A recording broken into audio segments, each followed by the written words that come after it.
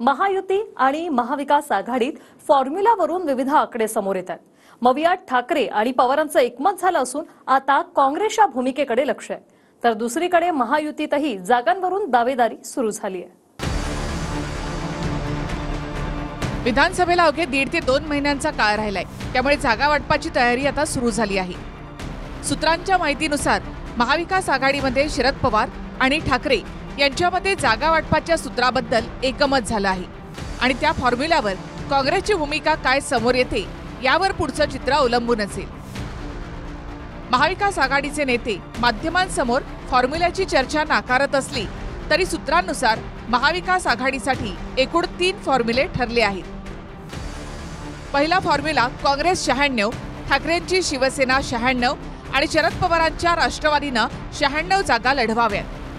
दुसरा फॉर्म्युला काँग्रेसनं 96 ते 100 जागा लढवाव्यात, ठाकरेंनी सुद्धा 96 ते 100 जागा आणि पवारांनी 90 ते 96 जागा। तिसरा फॉर्म्युला काँग्रेस आणि ठाकरे यांनी प्रत्येकी 100 जागांवर लढावं आणि पवारांनी 88 जागांवर। या फॉर्म्युल्यामध्ये महाविकास आघाडीच्या मित्रपक्षांना काँग्रेस आणि ठाकरे यांनी जागा सोडाव्यात असा फॉर्म्युला चर्चेत होता। मात्र विधानसभेला जो जिंकेल त्याची जागा हे लोकसभेप्रमाणेच सूत्र असेल असं म्हणत संजय राऊतांनी महाविकास आघाडीचे 3ही पक्ष 288 जागांची चाचपणी करत असल्याचा दावा केलाय।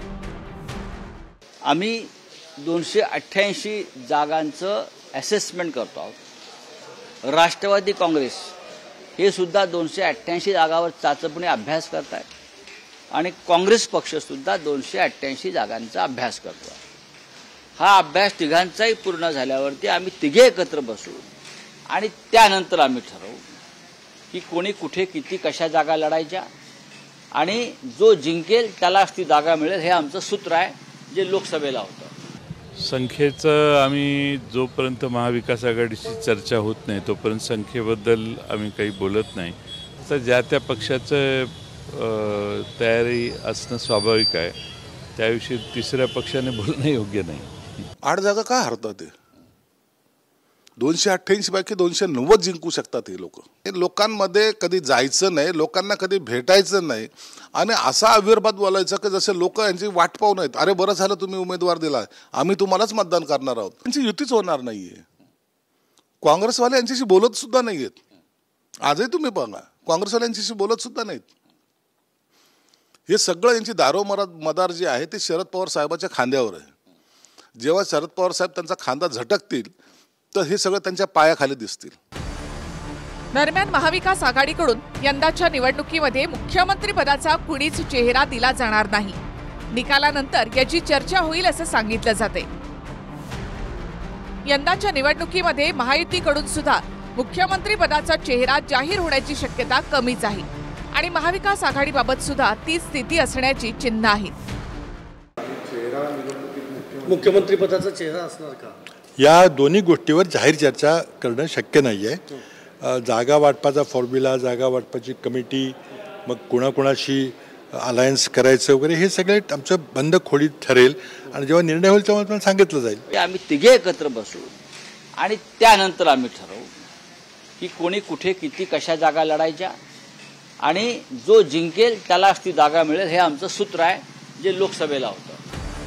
2019च्या विधानसभेमध्ये ठाकरेंची शिवसेना आणि भाजपमध्ये 164-124चा फॉर्म्युला होता। भाजपच्या वाट्याला 164 तर शिवसेना 124 जागा लढली होती। भाजपच्या 164 जागांमध्ये 12 जागा युतीच्या मित्रपक्षांना देण्यात आल्या होत्या, तर आघाडीमध्ये काँग्रेस आणि राष्ट्रवादी 125-125च्या फॉर्म्युल्यानं लढली। उर्वरित 38 जागा आघाडीच्या मित्रपक्षांना देण्यात आल्या होत्या। दरम्यान फॉर्म्युल्यावर बैठका घेऊन महाविकास आघाडीनं लोकसभेप्रमाणेच विधानसभेच्या मोर्चे बांधणीसाठी एक पाऊल पुढे टाकलंय। लोकसभेत अनेक जागांवर उशिरानं उमेदवार दिल्यामुळे महायुतीला फटका बसल्याची तक्रार पदाधिकाऱ्यांनी केली होती, त्यामुळे विधानसभेला महायुतीचा देखील लवकरच फॉर्म्युला समोर येण्याची शक्यता आहे। Bureau report, TV9 Marathi.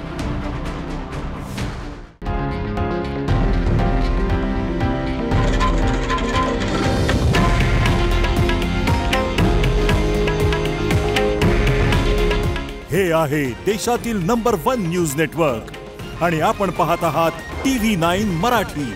काळजी तुमची, हित महाराष्ट्राचं.